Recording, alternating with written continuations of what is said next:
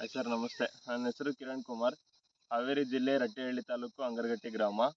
ನಾನು survey number ಬಂದ್ಬಿಟ್ಟು 97. 2 ಗುಂಟೆ ಹೊಲ ಇದೆ. ಅದರಲ್ಲಿ ನಾನು 30 ಗುಂಟೆ ವಿಸ್ತೀರ್ಣದಲ್ಲಿ 150 ಸೇಬು ಗಿಡವನ್ನು ಬೆಳೆದಿದ್ದೇನೆ. ನನಗೆ ಸೇಬುವನ್ನು ಬೆಳಿಬೇಕು ಅಂತ ಹೇಳಿ ತುಂಬ ಆಸೆ ಇತ್ತು. ನಮ್ಮ ಶಿವಾನಂದ್ ಸರ್ ನನಗೆ ತುಂಬ ಸಪೋರ್ಟ್ ಮಾಡಿದರು. ಅವ್ರ ಪರಿಚಯ ಆದಾಗಿಂದ ಅವ್ರ ಸಪೋರ್ಟಿಂದ ನಾನು ಸೇಬು ಗಿಡವನ್ನು ಬೆಳೆದಿದ್ದೀನಿ. ಸೇಬು ಗಿಡ ನಾನು ವಾಟರ್ ಶೆಡ್ ಡೆವಲಪ್ಮೆಂಟ್ ಅಂತ ಹೇಳಿ ಪ್ರಧಾನಮಂತ್ರಿ ಕೃಷಿ ಸಿಂಚಾಯಿ ಯೋಜನೆ 2.0 ಯೋಜನೆಯ ಅಡಿಯಲ್ಲಿ ನಾನು 150 ಸೇಬು ಗಿಡಗಳನ್ನು ಬೆಳೆದಿದ್ದೀನಿ. ಅವರು ನಮಗೆ ಸೇಬು ಗಿಡವನ್ನು ಬೆಳೆಯೋದಕ್ಕೆ ತುಂಬ ಸಪೋರ್ಟ್ ಮಾಡಿದ್ದಾರೆ. ಅಂತ ಹೇಳಿದರೆ ಇದು ಅದಕ್ಕೆ ಗುಂಡಿಯನ್ನು ತೆಗೆಸಿಕೊಟ್ಟು ಸಸಿಗಳನ್ನು ಫ್ರೀಯಾಗಿ ಕೊಟ್ಟಿದ್ದಾರೆ. ನಾವು ಅದಕ್ಕೆ ಗೊಬ್ಬರವನ್ನು ಅದೆಲ್ಲ ಹಾಕಿ ಸಸಿಯನ್ನು ನಾವು ಬೆಳೆಸಿದ್ದೀವಿ.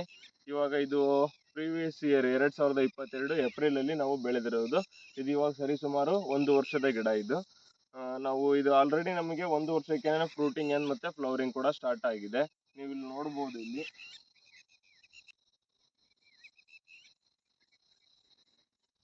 ಫ್ಲವರ್ ಸ್ಟಾರ್ಟ್ ಆಗಿದೆ.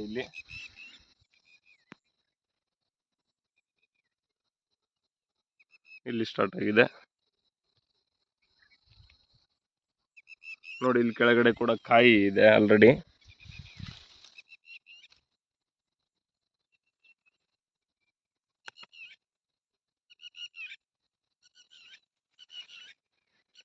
ಇದು ಆಲ್ರೆಡಿ ನಾವು ಈ ವರ್ಷನೇ ನಾವು ಫ್ರೂಟಿಂಗನ್ನು ನಾವು ಆಲ್ರೆಡಿ ತೆಗಿತಾ ಇದ್ದೀವಿ. ಇದು ಇವಾಗ ನಾನು ನೆಕ್ಸ್ಟ್ ಇಯರ್ಗೆ ಅಂತ ಹೇಳಿದರೆ ನಾನು ಒಂದು 15ರಿಂದ 20 kg ಫ್ರೂಟನ್ನು ನಾನು ಮಿನಿಮಮ್ ತೆಗಿತೀನಿ. ಆಲ್ರೆಡಿ ನಮಗೆ ಇವಾಗ ನಾನು ಇದಕ್ಕೆ ನೀರನ್ನು ಡ್ರಿಪ್ ಮುಖಾಂತರ ನಾನು ನೀರನ್ನು ಹಾಯಿಸ್ತಾ ಇದ್ದೀನಿ. ಇದು ಹರಿಮನ್ ಶರ್ಮಾ ಅಂತ ಹೇಳಿ, ಇದು ವೆರೈಟಿ ಬಂದುಬಿಟ್ಟು HRMN 99 ಅಂತ ಹೇಳಿ.